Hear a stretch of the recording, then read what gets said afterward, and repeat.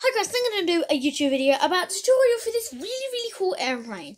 In the last video of my making a lot of paper planes again series, well basically I made this really unique airplane. It was a failed airplane at first, and then I threw it around a bit and I realised that it is super cool and it flies really well.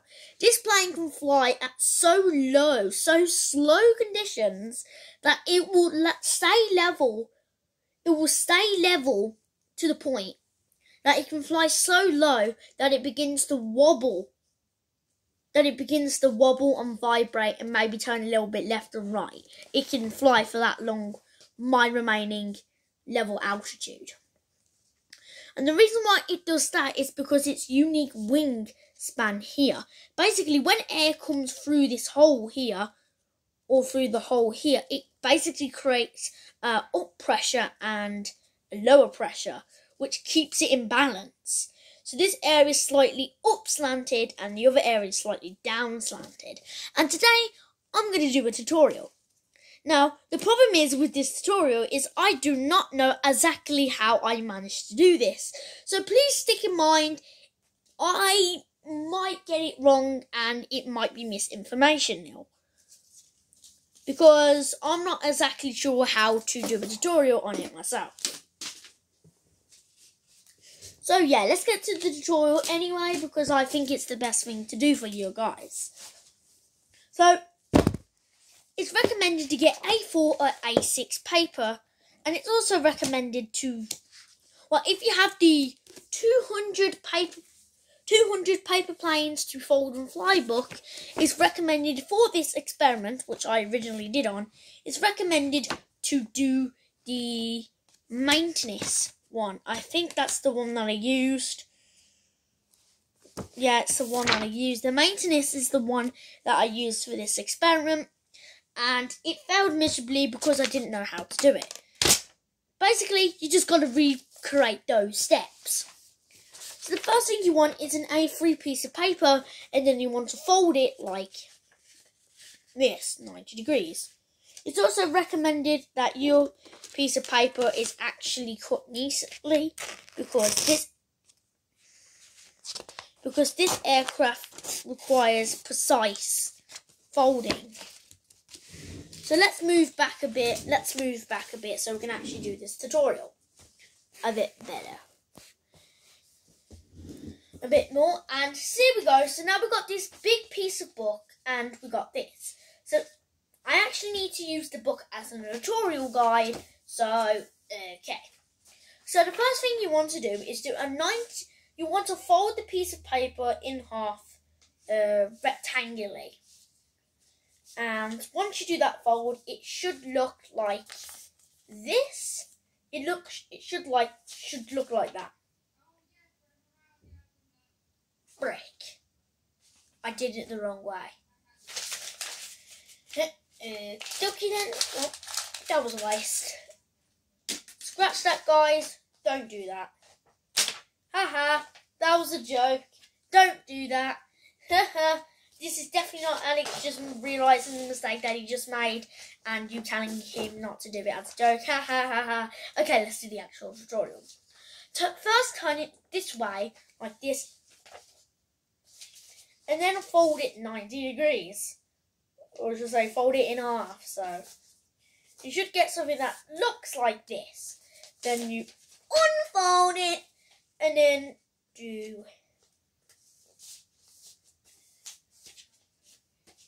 Imagine like I do it now, and I do it how I should have done it. And you do a 2-crease fold until it looks like this. Then you do another fold until you meet up to that same line. Now this is what a lot of people struggle on. A lot of people don't understand that it's very easy to just get it, fold it, and place it down. Do it the same on the other side. And smooth it back a bit so you can see a bit better, and then it ends up looking like this at the moment. This is where you should be right now. This is how it should look like. This is it flat, this is it vertically, this is how it's supposed to look. Then what you're supposed to do is to get the nose and put it about 25% down. Actually, better not to do 25%. About 1/10 of the paper airplane down. Fold it down until you get like this. Then you flip it over and fold it. And then fold it. And this is where it starts getting tricky now. Then you start trying to make a wing, which is going to be really difficult to do because, yeah. Now this is where it got really difficult for me.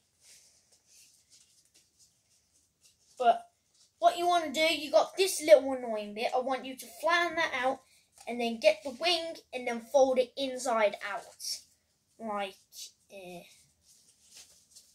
inside out, and make sure it's pretty well folded. Then repeat again for the other side. For the other side, and then this is where it should get pretty simple now. This is where it gets difficult. Now you've got your double-sided airplane that kind of looks like a jet. Then you fold the thing back in like this. Now you fold it back in like this, and then you get this, which is really good actually, because this is where you want to go. Then you want to get this little toughy bit here, and then raise it up like this, and then fold it back in, and let that hang out. Then you want to double fold the wings, like this. And once you've got that little sticky bit out, you want to fold the wings again, but correctly this time. Well, it's never correct. This is not the way that you should do it, but it's the way that I've managed to figure it out. And you do repeat the same on the other side. Just make sure it aligns with the other side, as you can see, or you should be able to see, but you might not be able to see, and make it properly aligned like this. Then you unfold it, and you should get this. You should get this, and this is where you should be. Then you fold back in the nose, make sure it's properly folded the nose, and then this is where you should be right now. Now the wings may pender, the wings may vary between one or another, and it may require you to make bigger wings for a bigger gap. I do recommend you to make bigger wings sometimes. I do recommend you to sometimes make bigger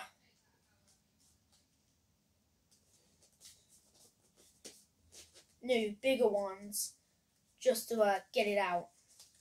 But once you're done, this is exactly where you should be right now, and you should have managed to copy me a bit better than this. But yeah, it looks pretty cool now. Now you've got this unique little dragster aircraft. It's recommended to put the wings up a bit, and it may not be exactly the same like my one over here, because each plane is different, and we're going to have to respect that. But the one thing I do recommend you to do is get these little flabby bits, and then fold them back onto the aircraft, and then crease them on. Because that's what I did with my airplane, and it significantly increased the performance of it. Now, in the end, the aircraft should look very, very, if not the exact same as this. You can tape it all down with sellotape just to make sure that you're correct. And yeah, it's supposed to fly super smooth. It should be almost inevitable to stalls. Basically meaning it should be impossible to stall, or close to impossible to stall. So yeah, I hope you followed along, and leave in the comment section if you think I should do another tutorial and make it a little bit more explanatory and a little bit more better, because you might have not been able to follow along properly. But thanks for watching, and see you in my next video. Alex's videos.